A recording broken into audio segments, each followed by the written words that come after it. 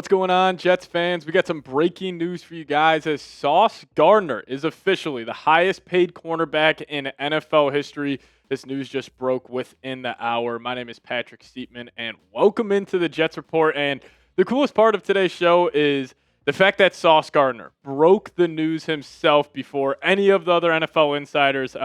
Maybe Slick Rick, if you know, had it first. But Sauce tweeted this: "The deal is done. This is only beginning. My brother, BTS, and AGV got it done. I appreciate the Jets organization for believing in me, my teammates for the blood, sweat, and tears we put in, and Jets Nation, I appreciate y'all supporting me.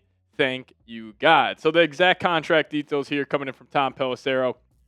The Jets and All-Pro Sauce Gardner have agreed to terms on a massive 4-year, $120.4 million extension, making him the NFL's highest paid corner at $30.1 million per year. And I think that is so funny because obviously we know Derek Stingley, he got that 3 for $90 with $89 million guaranteed. And I knew Sauce Gardner would want to just get $1 million more than Derek Stingley. And he actually got $0.1 million more. So I thought that was pretty cool there. And then also the guarantees on this deal, only 85.653. So he didn't get as much guaranteed money as Derek Stingley, but he got that extra year, which, clearly Sauce, wanted. And now he's actually under contract with the New York Jets for 6 more seasons. So it is clear. Garrett Wilson, Sauce Gardner, Quinnen Williams, that is your trio. Those are the faces of your franchise, and they're all inked up for the foreseeable future. But also the New York Jets, give their Twitter account some credit here. Whoever the intern is running this is doing a fantastic job. Tweeted out this Tux Paint edit of Sauce Gardner as a sauce bottle, rocking the number 1.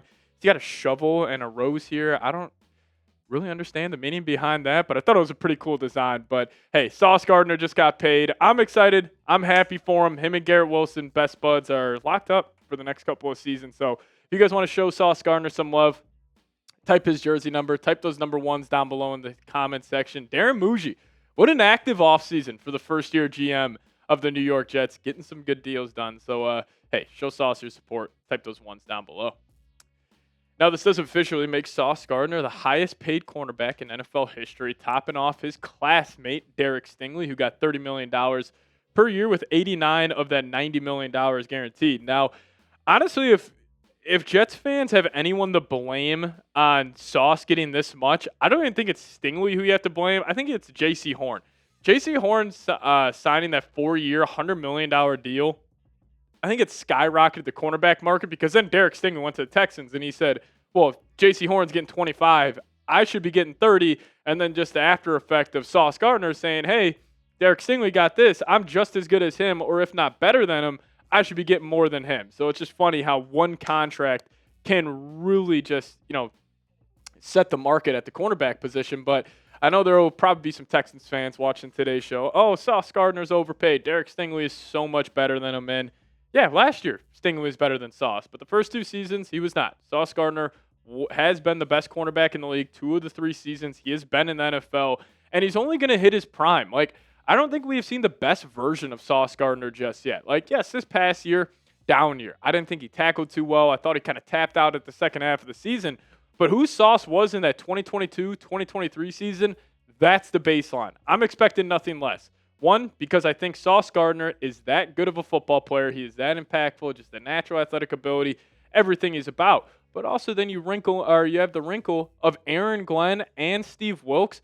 Those 2 coaching up Sauce Gardner, one of the most naturally talented corners we have in the NFL. I think the 2022 season is going to be the base where he was one of the best corners as a rookie. He was a 2-time All-Pro in 22 and 23 for a reason. And back in that 2022 season, getting targeted 73 times and only giving up 361 yards, that's unreal production from number 1, and then also having 14 PBUs. Now, again, the question becomes, Sauce Gardner right now, no doubt top 5 corner in my mind. Can he become the undisputed top corner? Because we've also talked about, if the Jets want to be successful this season, I think their 3 main guys are going to have to up their games, where it's hey, Garrett Wilson, that's no doubt the 4th best receiver in the league behind Chase, Jefferson, and CeeDee Lamb. Quinnen Williams, we got to be talking about him like he is the best, or if not, like the second or third best defensive tackle in the league. And then I'm going to put the expectation on Sauce. We should be talking about you being the undisputed best cornerback in the National Football League after this season. And, he's going to be huge for this cornerback group. Just like how we were talking about Garrett Wilson, the gap between Wilson and the second wide receiver on the Jets is intense. We could say the same about this cornerback room. Like Brandon Stevens, okay, good rotational. Think of more of him as a depth piece, but with how thin the Jets are at cornerback, he'll probably start off the year as CB2. You got Michael Carter in the slot, like him a lot, but then you're banking on a guy like A.Z. Thomas, third-round pick out of Florida State, him taking that step. But again, it starts with the head of the snake, and that is Sauce Gardner. If he is having an all-pro year where you can literally just, imagine if Aaron Glenn and Steve Wilkes can just say, hey, Sauce, you got the left side of the football field today. You're shutting that down. Like, that would be huge because you got that good linebacker core. You got that solid defensive line. Like, this Jets defense has really a good chance to be a top 10 unit in the league. And also kind of, final thoughts here. Like, number one, I'm just excited to see these two in a Jet uniforms for the rest of their careers. I think they both will be. And then also just the vibes. I'm a huge vibes guy in the NFL. Like, what's your offseason like? How's the energy in the locker room? How's the energy in the organization? Well, you have Aaron Glenn come in, completely reset the culture. He told Rodgers to get the F out of here. We don't want you back. We're bringing in Justin Fields. And then you kill the NFL draft, in my opinion. You use the top 10 pick on a tackle. You got your tight end in Mason Taylor. Then you got some guys in rounds 3, 4, and 5 who could potentially pop and be home run hits, like an A.Z. Thomas, an Arian Smith, a Malachi Moore. Love all those guys. So the vibes are great. And also these two right here, them not missing any practices or having any sort of a holdout or hold-in situation, I got to give credit to those guys because they are two of the best at their respective positions in the National Football League. They could have had, had this be the most drama-filled offseason in New York Jets, or probably not New York Jets history. They've probably had a couple of more crazier ones, but he could have made this an issue.